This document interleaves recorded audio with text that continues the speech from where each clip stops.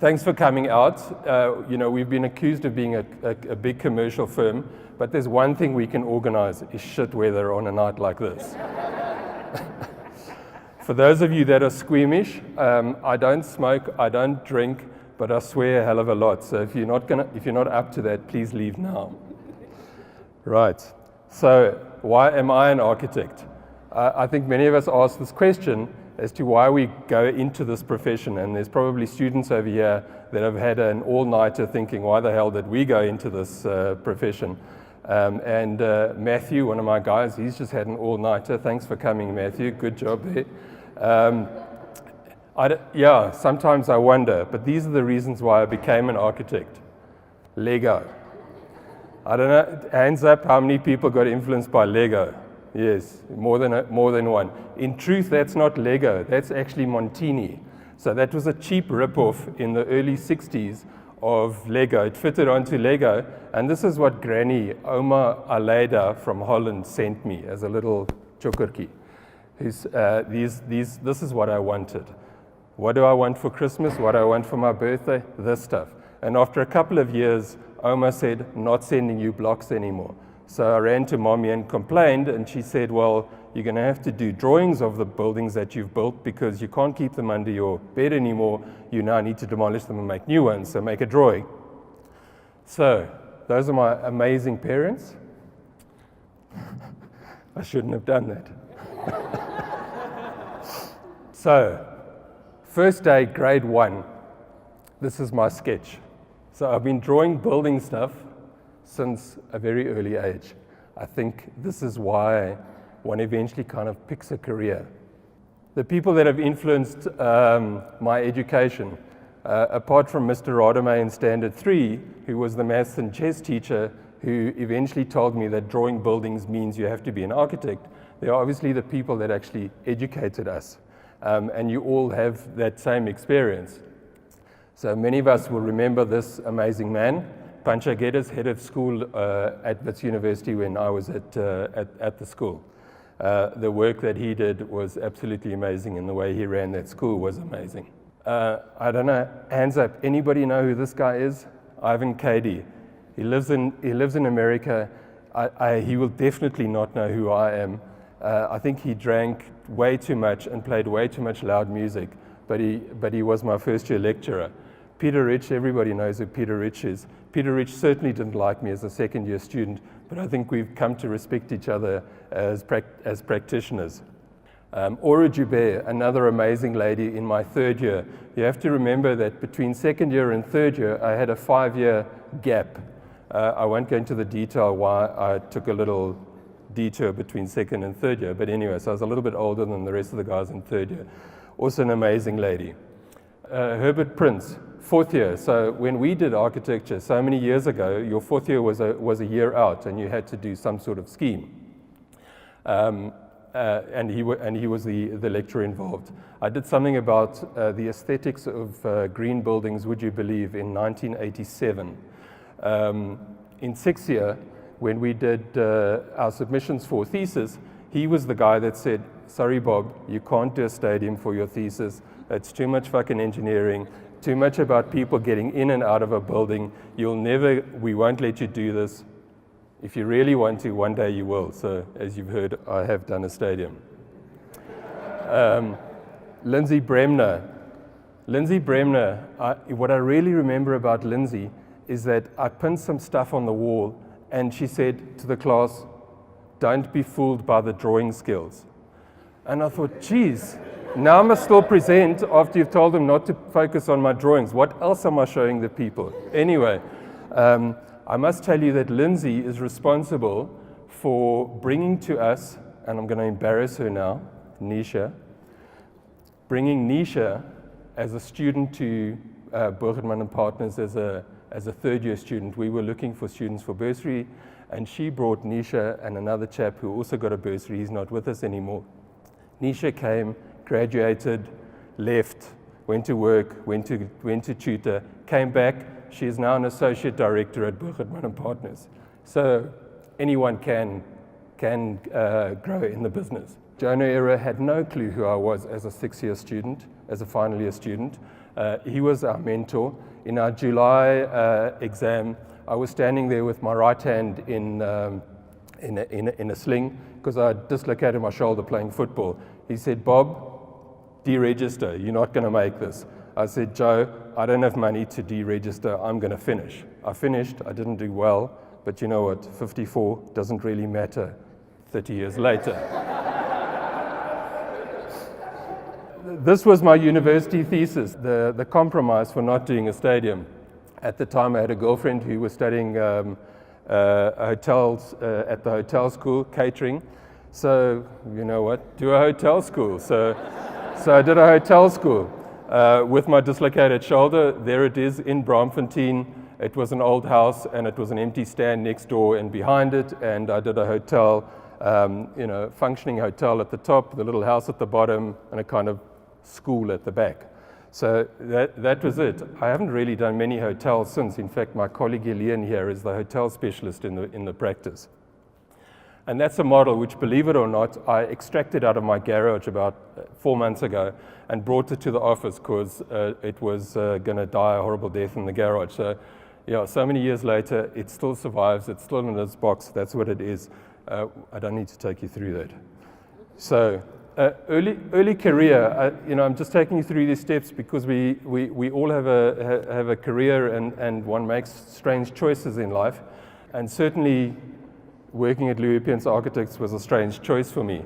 But at the time, it was the only job I could get. I spent 4 years there, and I'll only show you one project that I did, which doesn't look like that anymore. This was a renovation of High Reagan Court in Plain Street in the center of town. We demolished the back because it was burnt down, and we converted it into offices, and we built a parking garage at the back. I did not choose the colors. Mrs. Pierce did. I had no choice. I worked for Henk Mantel and Associates, a guy I met as a student, and I don't know if anybody knows him. He has a practice in Emmerentia. This is a project I did as a student when I worked for him in my 4th year out, was a timber house. If you look at the shit on the right-hand side, that's what we were meant to do.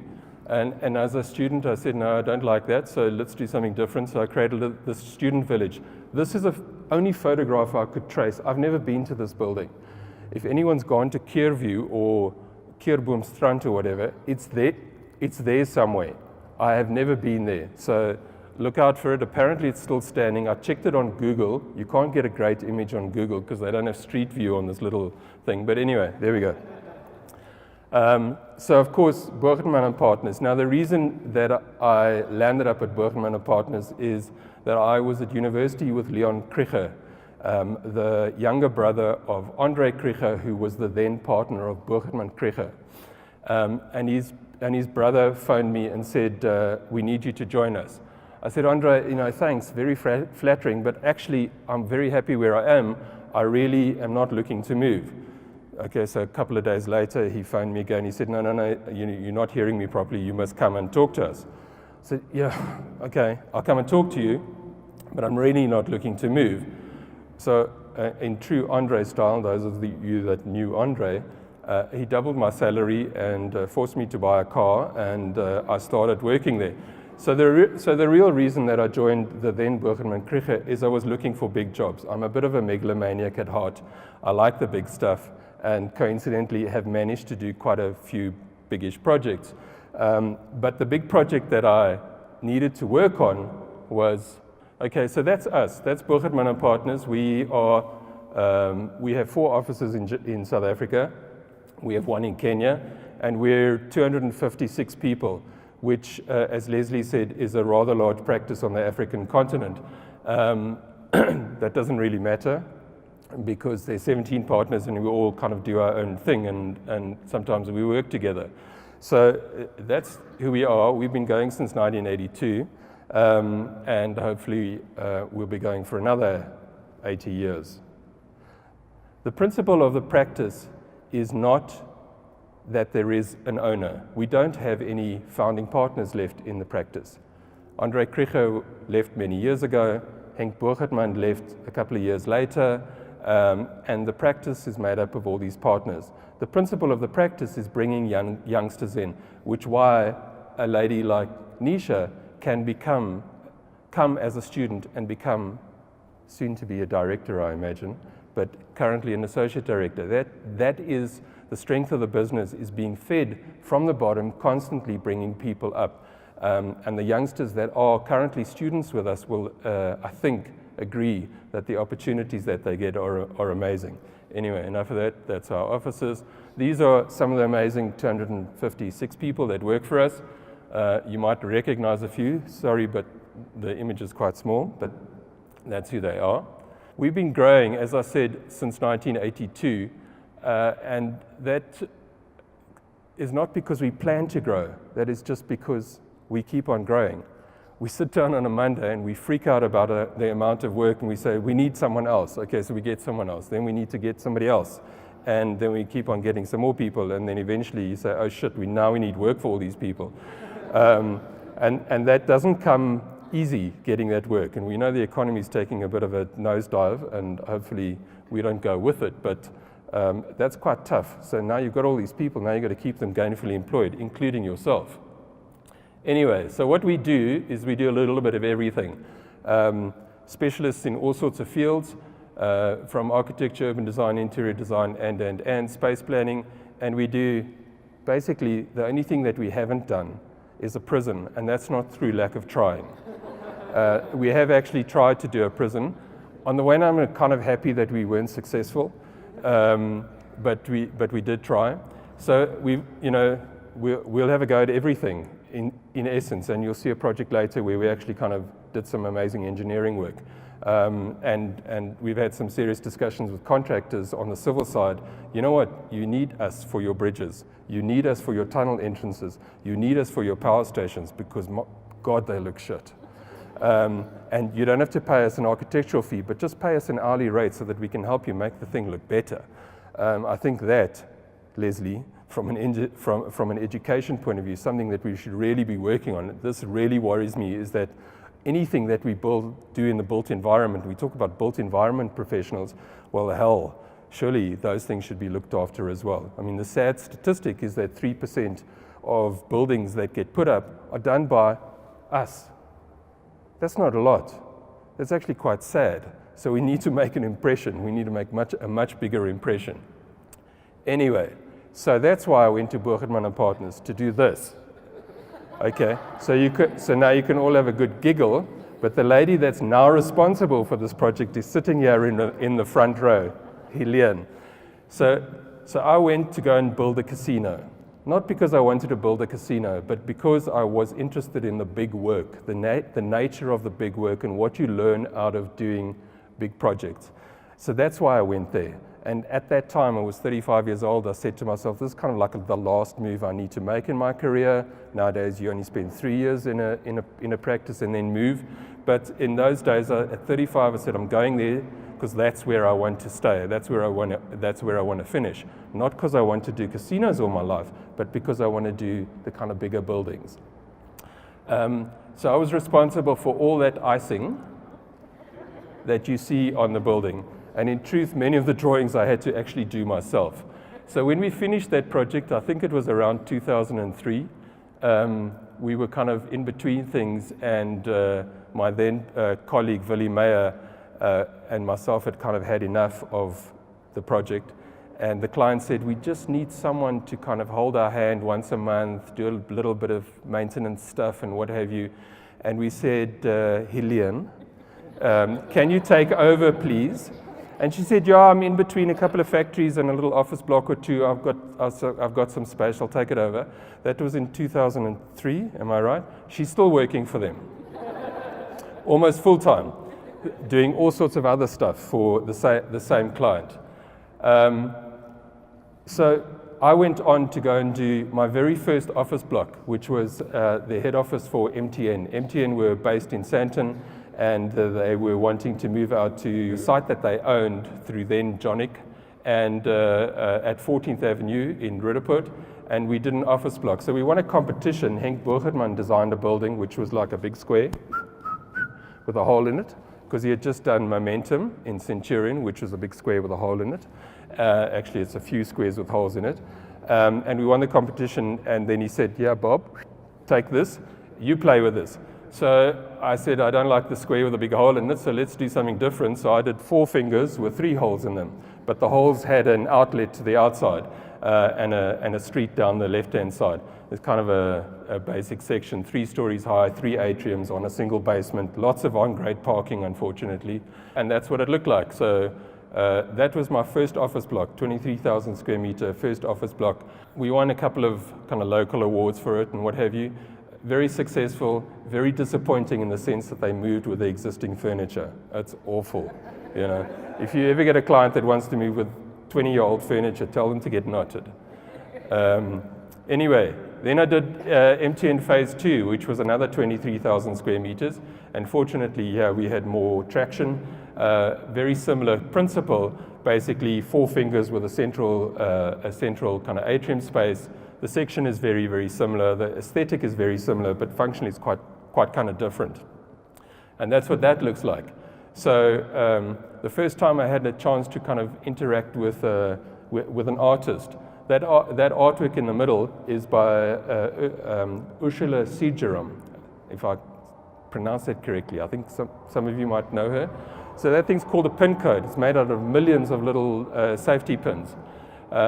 Anyway, sitting in that space in the top right-hand corner, I was at a function for Life College, which is our corporate social investment partner, and they have these champions around the world, and they brought in some people, and this lady walked in there, famous singer, whose name escapes me, not so famous, I suppose, Annie Lennox, thanks, Helene, and she sits down next to me, she doesn't know who I am, she says, "Fuck, what a nice space." So I said, "Thank you, I'm the architect." But it is quite a nice space for a cellular head office. We've been trying ever since then to do Phase 3. I don't think it's ever going to happen. They can still do another 3 phases over there, but I don't think that's ever going to happen. Then I did a little shopping center. Not so cool. Then this came up. Okay, so this doesn't happen anytime this doesn't happen every day. This came into the practice through one of our ex-partners who said, some guys from SAFA want to pitch for the World Cup and they have this crappy stadium out in Nasrec. They need us to do some drawings. So I walked straight into his office. I didn't have any seniority in the practice at that time. I said, "Wynand, let's be very clear." And this was in English. He's an Afrikaans chap. I said, "Wynand, let's be very clear. If there's a football stadium in this practice, there's 2 people that are going to work on it. It's this guy and a guy called Gavin Tucker, he's an ex-professional footballer." So we worked on it on risk from about 2004 until we got this project. And I tell you when we got our appointment letter on this project, 6 months after we started building. In the October before they went out to tender, they were still talking to us about buying the design from us. This was the city. The city was a little bit slow in their procurement process. So, and all we said, and I said to my partners at the time, I said, "Just hang on. We just have to be there. They don't have their game together. It's not going to happen. They're going to have to use us." That's what happened. They had to use us. Okay? So they went out to tender on our drawings. They hadn't appointed us. We published it. It was probably the smartest move we made. Was the moment that we got that thing and there was a design that they had bought, which was this idea of an African calabash. We put it in Style magazine, would you believe? Anybody remember Style magazine? Yes, there's a few nods. Okay, it was one little image. It wasn't even an image of what we built, but it was the idea. So we owned the idea, and from that moment, the city was stuck. They had to use us. So this was an important kind of step. Anyway, you all know the stadium, I hope. You all watched some football during 2010. I'm glad to hear, Leslie, that you went to 3 games. I was there as well. I went to all the games at Soccer City. An amazing, amazing experience to be involved in. And amazing to do a building of this nature and this stature for a client that didn't have a clue what they needed. We effectively wrote our own brief. The brief was the only criteria that they had committed to in the bid document was a 94,700 seat stadium. Nobody to this day knows where they got that figure from. Someone told them it was going to be that big. What they did know is that it had to be the biggest stadium on the African continent. In truth, it's only got 87,000 and a few, they still market it as 94, but it doesn't have those. Okay. Was the only brief that they gave us, sorry, I lied. The other brief they gave us was it had to be FIFA compliant. And it was the one, you talk about white elephants, Leslie, the one thing that many cities made mistakes on is that the city managers kept saying, it has to be FIFA compliant. And the FIFA book is one hell of a thing to be compliant to. And we keep saying, the FIFA book's very interesting, but we can't afford this. We don't need this stuff. What we need is a stadium for a legacy point of view. So we argued high and low not to build everything that FIFA wanted. We said, you want a large media contingent? We'll build a tent for you. Because we only need space for 50 guys when you guys bugger off after the World Cup. So we wrote our own brief and essentially just told them what we were doing, as long as we were compliant to the extent that the event could be held. Great fun. The orange has got nothing to do with our brand color. I assure you, it has everything to do with sunsets, okay? Despite what some naysayers might say. The hustle. I put that directly after that. For those of you that don't know, we are still owed 10.5 million rand in fees on this job. Yes, we got a little bit more than the 10.5, but to this day, not the city, the project manager that was our client still owes us money on this one. We still have a legal action against him. So the hustle. Why I wanted to talk about the hustle is that in commercial practice, we often talk about this thing of risk work, and the industry talks about this thing of risk work. And I'm going to say fuck. Fuck, we hate it. We hate this idea of risk work. Are there any clients here? No. Okay. So, but the point is that the industry suffers from this risk work thing, particularly in South Africa. So what I started doing, and I have to admit that I started calling it the hustle after I attended Thomas Chapman's talk. Thomas gave us a talk on his hustling in the city, and it made me think of the risk work in a more positive way. So this is not risk work, this is the hustle. Seems like a dance, often it is a dance. BMW head office, Judith is here somewhere. There, hi Judith. Judith was the project architect on this. How we won this was in competition. We were invited by BMW they invited 5, if I remember correctly, or 6 practices. They gave us a brief and they told us to come and present. So what did we do? We analyzed the brief and we said, we don't like the brief. We think the brief is wrong. We think the brief is a missed opportunity by BMW to do something much, much better than what the brief tells us. So we went in, I had 1 or 2 little sketches, and it was the procurement board and the guys from Munich and whoever else, and we said, your brief is wrong. If you agree with your brief, please appoint the people that helped you to do the brief, who had done previous work for BMW. The company's called Impundelo. Please appoint them because that's what you want, and they did that for you, let them do that. We are here to tell you that here is a list of 50 things of opportunities that you're missing in your brief. If you consider this, you're going to get, for the same money, a much better product and really do something special to this building. And remember that those of you that know this building, this thing has got architectural merit. Hans Hallen building from 1986, we had to protect this building. So what we did is, when I finished, the chief guy from Munich said, wow, an avalanche or a thunderstorm of ideas.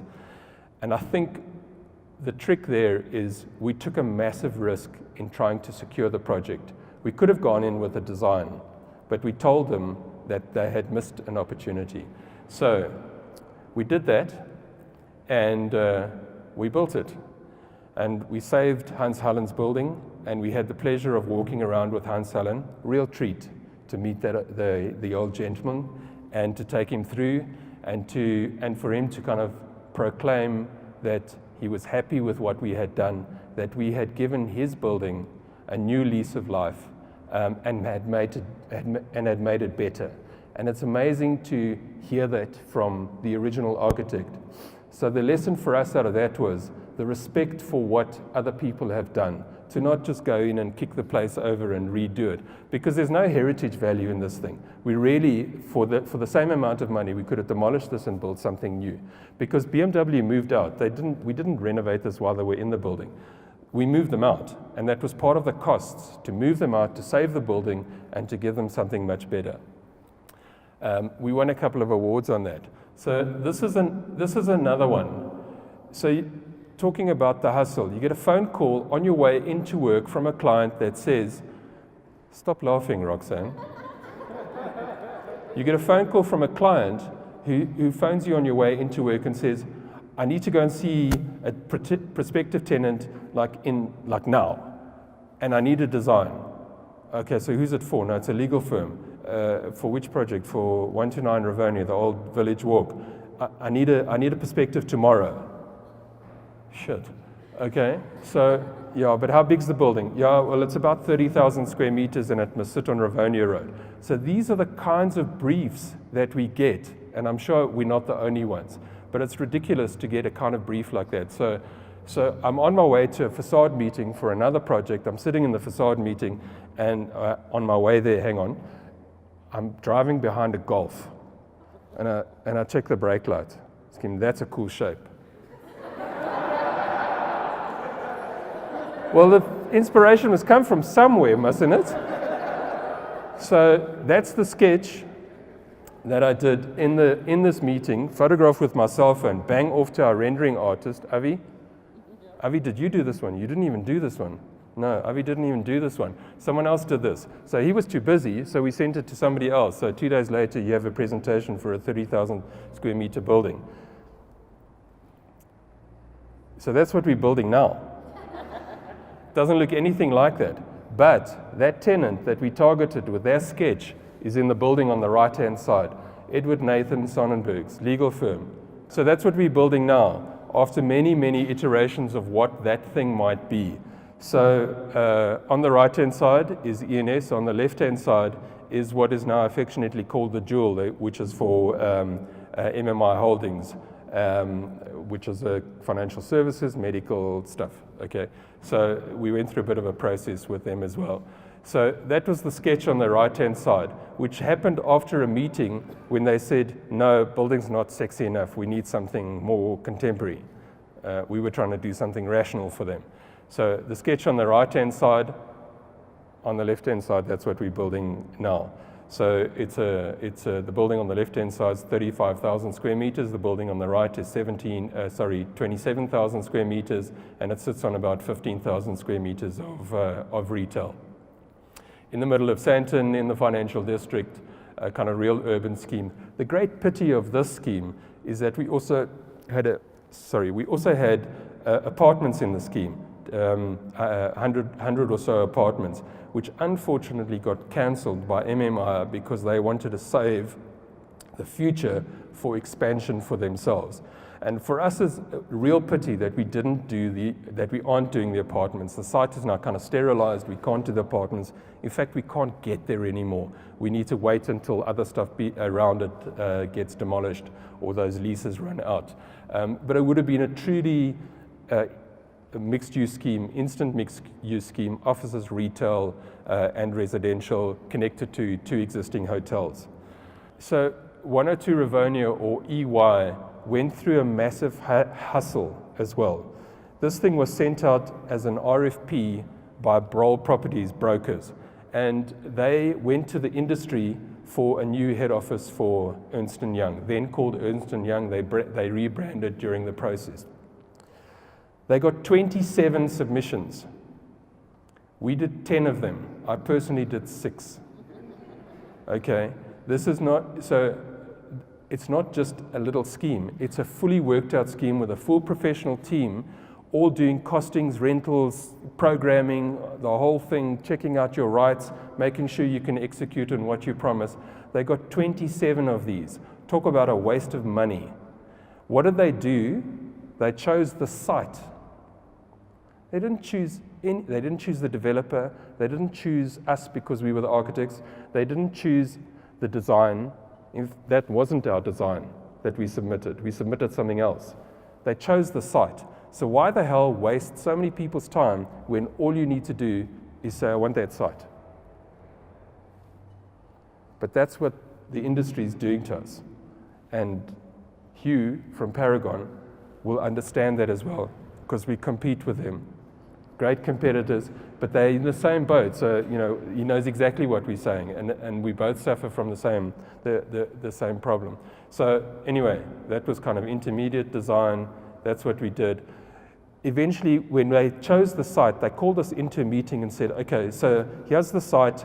We want the corner site. It's in Sandton. There's this little shitty Avis building, but we didn't control the Avis building, which is the block on the corner site over there. So this is directly opposite the Gautrain station in Sandton. And they said, we need to get the corner site. We did a scheme which included the corner site. Our developer client went to the guy who owns the corner site, offered him nearly $100 million. Count those, $100 million. That site's 4,000 square meters. Okay, he said, no thanks, I don't really need the money. Okay, so we went back to EY and said, sorry, we can't participate, we can't give you what we want, the corner site's gone. A week later, they phoned us and said, come back, we still want the site, can you do what you did on the bigger site on a smaller site? So it was literally a kind of 2-minute sketch. Line, hole in the middle, another building, no hole in the middle. Connect the two. I'm playing it down, but that was almost how long it took to do the idea of what they were looking to achieve. Obviously, it took a whole bunch of effort to get it done, but essentially, the building on the bottom right is what they wanted, 23,000 square meters, an atrium building. They were in an atrium building, so the atrium was important to them. And then because of the rights that the developer had on the site, we needed to put in another 15,000 square meters, but we also had to give EY a way to expand organically. The business was growing, and where they were in the current building, they couldn't. So this was go across a bridge and go into another building, and they've already occupied a floor or two of that tower. So that's what it looks like. It's a building that's very undulating. It has the fins all the way around the facade. Very cool atrium space. Anyway, so there was that hustle. 10 buildings later on a site. So this is Sandhurst. Now I call it Sandhurst because that's what it started out being called. Sandhurst is now the Discovery site. I'm sure many of you know the Discovery site, but this is where we started out many, many, many years ago, on risk, for no payment. We started working with GrowthPoint, and we kept on working, and they were trying to save the IBM building, and then they tried to link into the IBM building and create a separate entrance, and the new building's on the left-hand side. This is all completely speculative stuff. We have no tenant, we have no end user, we're working. And then we changed it some more. So this was one of the competing schemes that I submitted for EY. So whilst you're doing the one, I was doing 5 others. The same thing. Why I'm taking you through this journey of the hustle is it's important to understand what goes into getting to what you eventually build, if you're lucky enough to eventually build it. And so there is, whether you like these buildings or not, I don't really care. But what is important is that there's an immense amount of creative energy and effort that goes into these things. And statistically, what we as a practice have eventually found out, and maybe Leon's going to kick me now, is that 50% of the time that we put on our timesheets, we cannot allocate to a project. Now, Hugh can maybe take that back to his practice and say, what is our statistics? I don't know. But I mean, there's a massive amount of creative energy that gets tossed into the bin because it never happens. These things will never see the light of day. So thank you for the opportunity to share this with some of you. So then I did this building on the same site, again for IBM. IBM's going to move, IBM's going to move. You know that you can't get a cup of coffee when you go visit IBM? Your guest has to buy that out of his pocket because they employ 400,000 people across the world. 400,000 people have one cup of coffee. You know how much that costs? So they just said, we don't do coffee. Anyway, we never did a building for them either. They moved into someone else's building on a competition that we lost. So we did this building, and we said, oh, this is fantastic. There are old IBM buildings on the right-hand side. This is the view from Rivonia Road. This building almost got me fired because I didn't copy a building that I was apparently told to copy. You have to listen now carefully.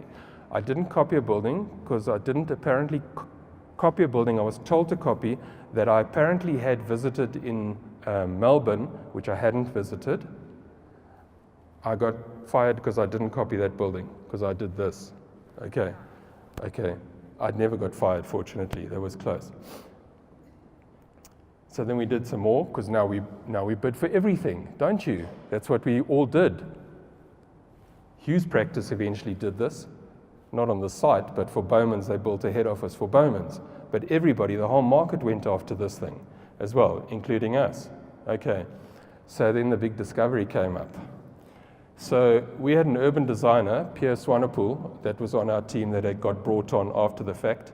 And one of his urban design criteria was there must be a hotel. That thing on the right-hand side, not the American embassy, that tall, thin thing, it's a hotel. Needed to have a hotel. We were going to do a deal with a hotel. Then we needed to phase this. We did all of this. So this is what we submitted for the discovery deal. So that's the view from Rivonia Road and Santon Drive. This was 80,000. We had to phase it because of our site boundaries and things like that. So this was, try and work that out now, 45,000, 35,000 in phases, and we needed to get a street through the middle of it, which what it had, and it needed to connect to another 200,000 square meters of urban design framework that Pierre had done. So that never happened. But it got us across the road, or got us across the finishing line.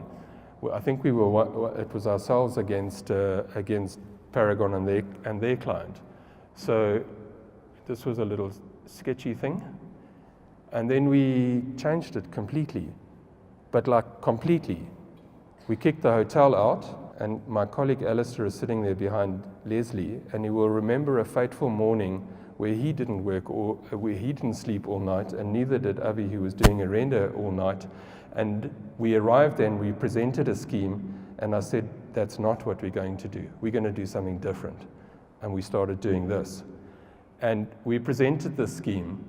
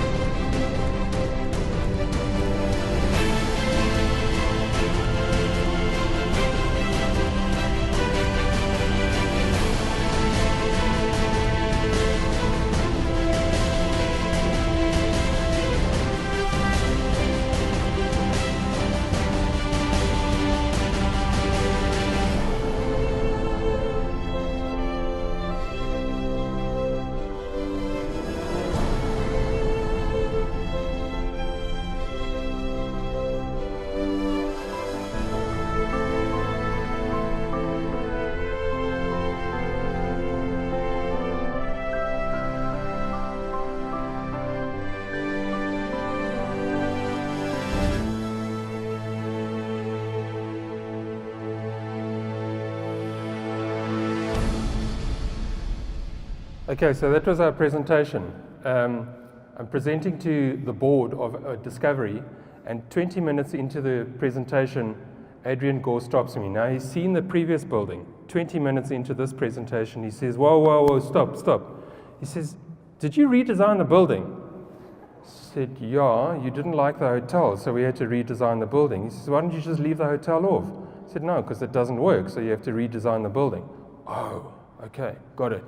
So that's what it is, and that's what it's currently looking like. And as it turned out, we landed up working with Paragon, who did the interiors with us on this. So there we go. We didn't do the third phase, which is the little piece on the left-hand side over there, but we did phase 2. So we're even doing phase 2, which is a little piece on the right-hand side. The little piece on the right-hand side is only 21,000 square meters.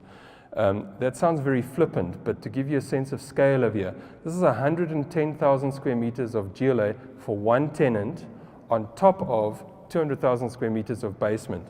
It's a monster. Very cool atrium space. That atrium is 2,800 square meters of roof, of glass roof in an office block. The roof garden, just spoke to my colleagues, the roof garden is coming on really, really amazingly, apparently. It's a 4-year journey. We spent a year going down into the ground to spend a year, come back up to ground level, and another 2 years to finish the top structure. So that's 4 years of building journey, never mind the journey of all the stuff that went beforehand. So sometimes the hustle pays off. Just some more internal.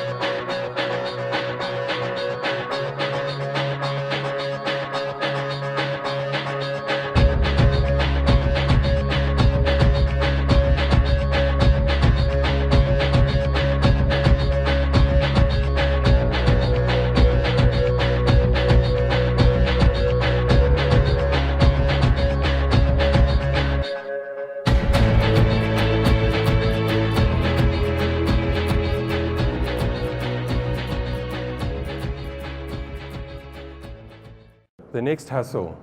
This is also in Sandton. Maybe it's Sandton and hustling, I don't know.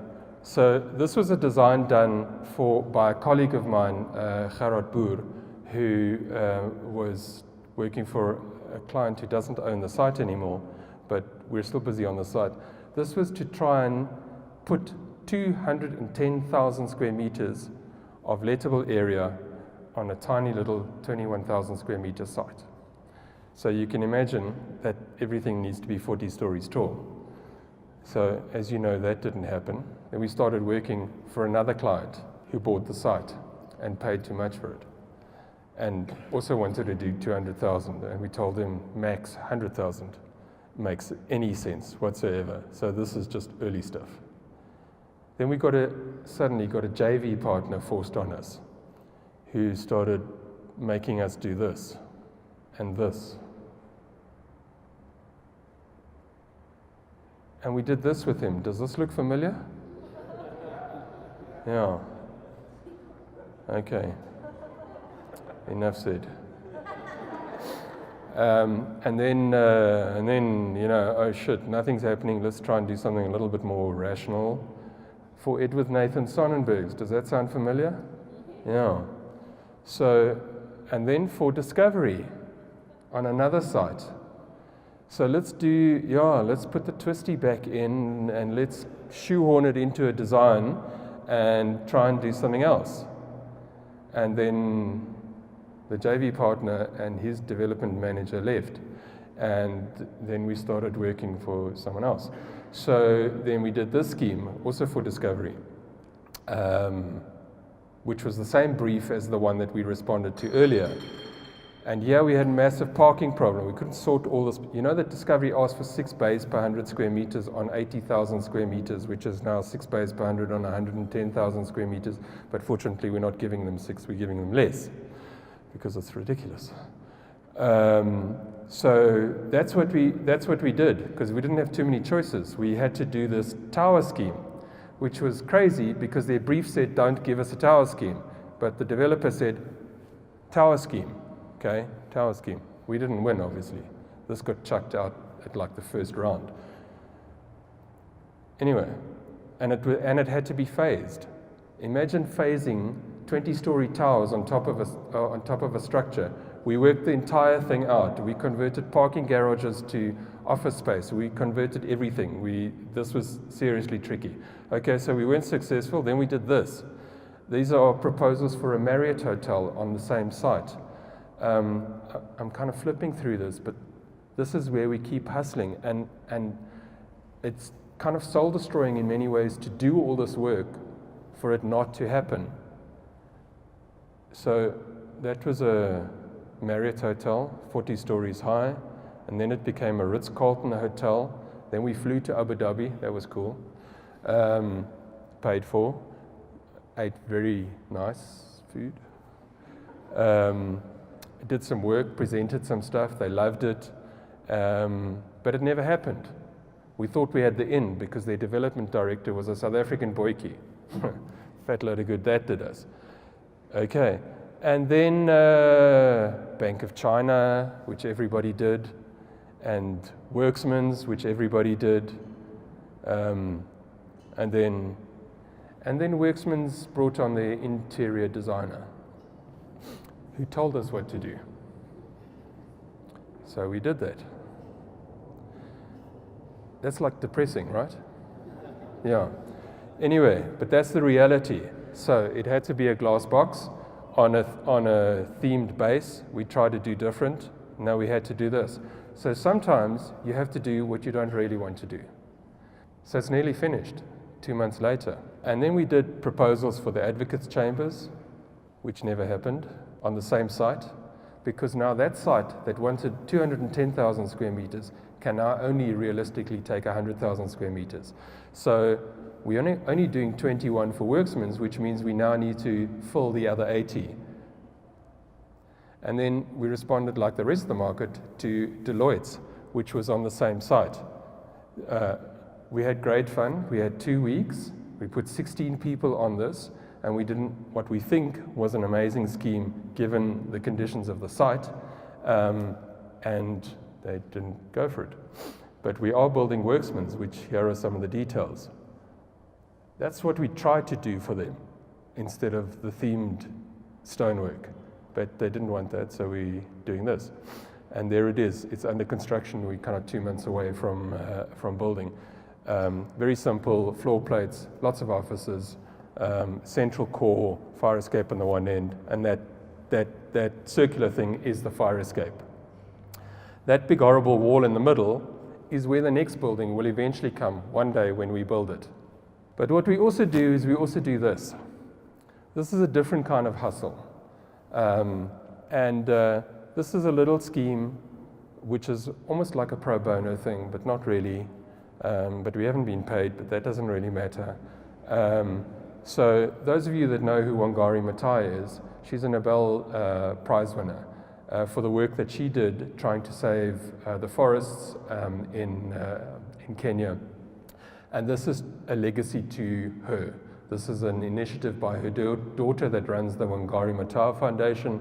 And this is a little scheme to represent and to perpetuate her life's work, which is about saving the forests and about creating work opportunities. So very simply, circular building, which talks about the tree, it's internalized. You cross a pond of water and you get to a central portion, and it's essentially a kind of education facility. And we won World Architecture Festival Future Culture Building of the Year last year for that little scheme. So sometimes you do stuff that maybe one day will get built, but amazing to do this little building. Hopefully we get to build it one day. So why do we do this? Kind of coming near the end, I think. Why do we work 14 hours a day? Why don't we get enough sleep? Why do we fight with our partners? That's our business partners and our life partners. Why do we get told what to do by our clients? Why do we spend, this is a true story, happened last week. This is a decision that needs to be made by a tenant on whether we want a rubber stopper or a stainless steel one with a little bit of rubber on their offices. There's 200 offices. The cost difference between the one and the other, this one on the right costs 23 Rand, the other one on the left costs 53 Rand. There's 250 of these stupid things. So the cost differential is 6,150 Rand. Cost differential on a 1.4 billion Rand project. We spent hours and hours and hours debating which one is better. I actually don't care. So this is why. So that you can get a phone call and you can fly to Paris and do a 3-day workshop and do this. So we get invited by Gronica LTA and Bouygues. Bouygues are one of the world's biggest contracting firms. Myself and my ex-partner, who's also my brother-in-law, which I haven't seen for recently, but anyway, separate story. So we fly over, we go to their head office, they throw us in a boardroom, and they say, we've had these French bridge architects doing this scheme for us in Mauritius. They've been working on this for months and months, 6 months to be exact. We still don't know what the bridge looks like. Can you help us? Yeah, sure, why the hell not? So we raid the secretary's stationery store because they've got nothing, it's an engineering firm. We take all her print, all her markers, all her paper, and we come up with a scheme. We talk to little Jean-Pierre, little French guy, little round glasses. Jean, he can hardly speak English, but my French is a bit shit as well. So, Jean, what about this little, and he runs upstairs, and half an hour later he comes back and he says, what about this? And then I sketch some more, and I say, what about this? And he runs up and he comes back and he says, what about this? This happened for 3 days. Anyway, so we got paid for that. We submitted this and we won. This is a bridge across the port of Port Louis. We won this. But the bloody thing got cancelled by the government. But this was so cool to do. This is so this is not, what we do as bread and butter stuff. This is not our daily work. But this is such cool stuff to do, and I think it's an amazing bridge. I don't know what you think, but this is really cool. That's why we work those stupid hours. And so that we can do this and affect people's lives. And these oaks had such a ball. Such a ball. That's why we do this. So this is the first time I'm showing this. In fact, the client is only going to see this tomorrow. So keep it to yourselves. No pictures, please. So we had a brand relaunch in February, and we met this unbelievable woman called Lee Den Hont. She's insane. This chick climbed Mount Everest. She had never been on a mountain in her life. She went all the way up Mount Everest. Why? Because she wanted to raise money to build a community center for those kids. So she did that, flag and everything on the top of Mount Everest. She came to give us a motivational talk when we did our brand relaunch, which was in February. Amazing speaker, amazing woman. When we met her and we had a discussion with her about why she does this insane stuff, she said, it's for these kids. My next job is I want to build an early learning center and a little clinic. So Nisha, who was with me, we sat there and we said, we'll do that for you with pleasure. Fantastic. So that's what that is. It's a little early learning center, 10 little classrooms, and a little clinic on the left-hand side. The gray box on the top is this shed that she built, 500 square meters for $1 million that she built out of her own money. She bought the land out of her own money. So if you want to donate, please call us. There's some early renders of it. It's very simple, little brick structures, little double garages, all in a different shape, that all teach the kids something about shape and color and texture, and a little shed. Remember, we have to build this out of no one's back pocket. Literally, this comes out of donations and goodwill. So try and love what you do. That's our hashtag, building a better tomorrow. I think that's meant to be designing a better tomorrow. But anyway. And now for the real reason. So this I found on the internet.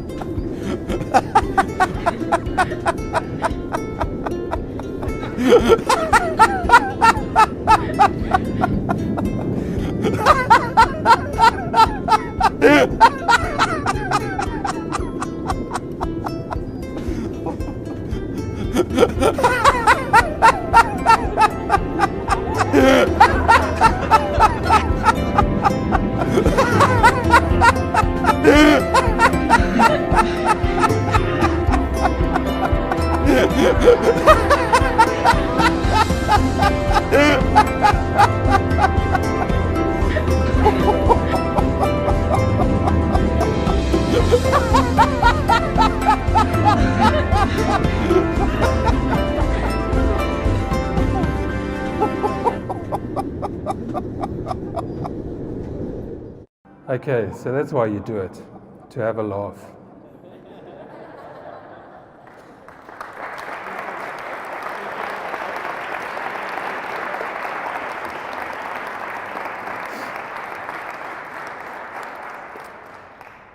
So my last question to you, and you don't have to answer it. Are you an architect, or is it what you do? Thank you.